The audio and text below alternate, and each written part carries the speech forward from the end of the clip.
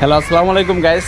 সবাই কেমন আছেন? আশা করি সবাই ভালো আছেন। আর আমি এখন যেখানে আছি এটা হলো ঢাকা ওয়াশপিটে। তো বাংলাদেশে হলো দুই জায়গায় এই অটো ওয়াশিং প্ল্যান আছে।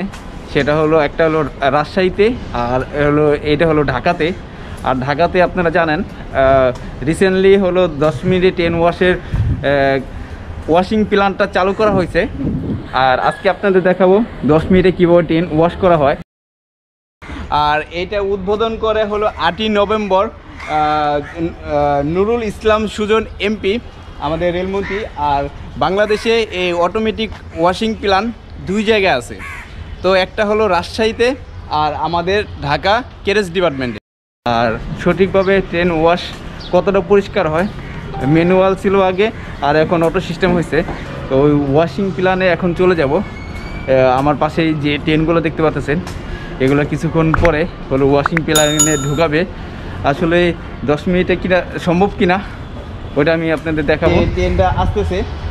তো এই মিটার গেজ ট্রেনটা, তো এটা ওই সামনে দিয়ে ঢুকাবে। আর ওইখান দিয়ে হলো আপনি ট্রেনটা প্রবেশ করবে। তারপরে এই যে আমার উপরে রানার দেখতেছেন, তো এই রানারের কাজটা হলো ট্রেনটা যখন সামনে থেকে ওয়াশ হয়ে এখান দিয়ে ব্যাক করবে, তখন এটা হলো বাতাসের মাধ্যমে হলো শুকিয়ে যাবে। আর আমি আপনাদের ফ্রন্ট সাইডে নিয়ে যাইতেছি। আর এখানে দেখতেছেন হলে আন্ডার গিয়ার পরিষ্কার করার জন্য কিছু মেশিন লাগানো আছে।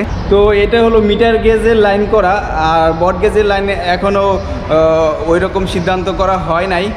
তো ঢাকা সিটির ভিতরে হলো মিটার গেজ। আর আমার পাশেই দেখতে পাচ্ছেন এই যে ওয়াশিং প্ল্যানের এই সেই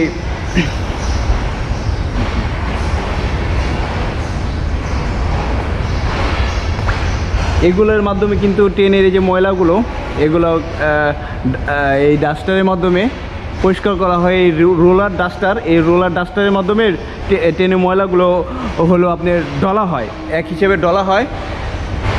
তো অটোমেটিক পদ্ধতিতে এই ওয়াশ করা হয়।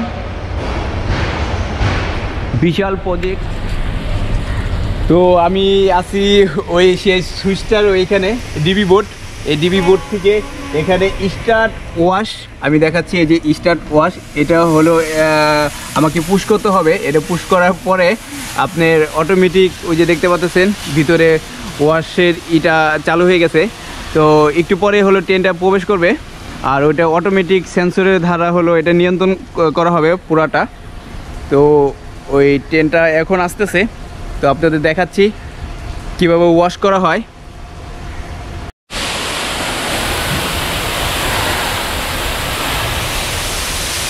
তো সামনে হলো পানিগুলো স্প্রে করতেছে, পুরো গাড়িটা হলো ভিজাই দিতেছে।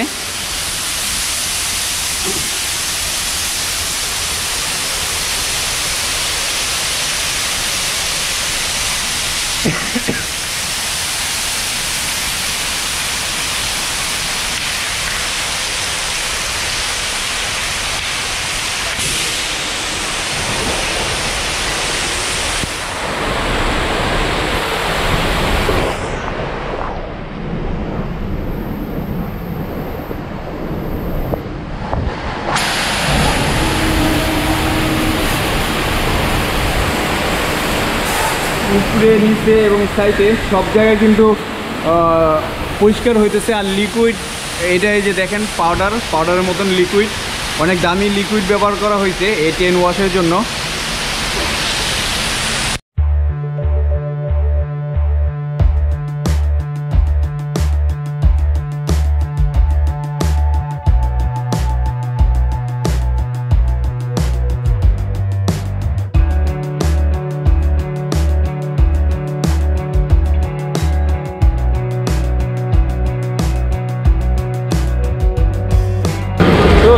এখন কিন্তু এই ওয়াশিং প্ল্যান থেকে ট্রেনটা ওয়াশ করে বের হইতেছে। এই যে দেখতেছেন ট্রেনটা ওয়াশ করে যে ওয়াশের কত পরিষ্কার হয়েছে, একটু ময়লাও নাই। তো এটা পরিষ্কার হয়ে ভিতর থেকে বের হইতেছে। আর আবার এই ট্রেনটা আবারও এখান দিয়েই আবার সামনের দিকে যাবে। এই যে পানি দেখতেছেন, এই পানিটা শুকানোর জন্য এখানে বোলার মেশিন ব্যবহার করা হয়েছে, হাই কোয়ালিটি বোলার মেশিন। ওইটার দ্বারা এটা বাতাসের মাধ্যমে এটা শুকানো হবে। কিন্তু উপরে 10 মিনিটের করা সম্ভব, বাট ভিতরের কাজটা কিন্তু অবশ্যই করতে হবে।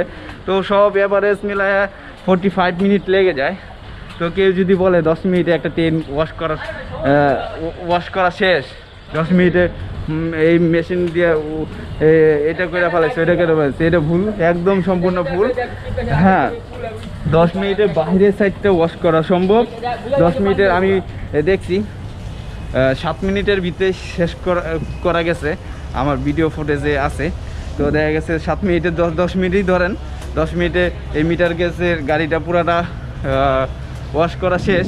কিন্তু আপনার আন্ডার গিয়ারে কাজ আছে, তারপরে আপনার ভ্যাকুয়াম চেক করার বিষয়টা আছে, তারপর ফ্লোর পরিষ্কার করার বিষয় আছে, ময়লা পরিষ্কার করার বিষয় আছে, সিট মোছার আছে। তবে এই যে গ্লাসগুলো দেখা গেছে বাইরে ওয়াশ হয়েছে, ভিতরে কিছু পানি ঢুকে গেছে কোনো কারণে, ওইটা পরিষ্কার করার জন্য সময় লাগে। তো সব মিলায় 45 থেকে 50 মিনিট লাগে। আর বাহিরে ওয়াশ করা সম্ভব 10 মিনিটে। তো এটা যারা জানেন না, বুঝেন না, তো এটা নিয়ে অনেক বাজে কমেন্ট আইছে বাংলাদেশ রেলওয়েকে নিয়ে। তো আমি বলবো আপনারা সঠিকটা জানেন, আসলেই সম্ভব, সত্যি সম্ভব। তো ভিডিওটা যদি ভালো লাগে অবশ্যই লাইক, কমেন্ট এবং শেয়ার করতে ভুলবেন না।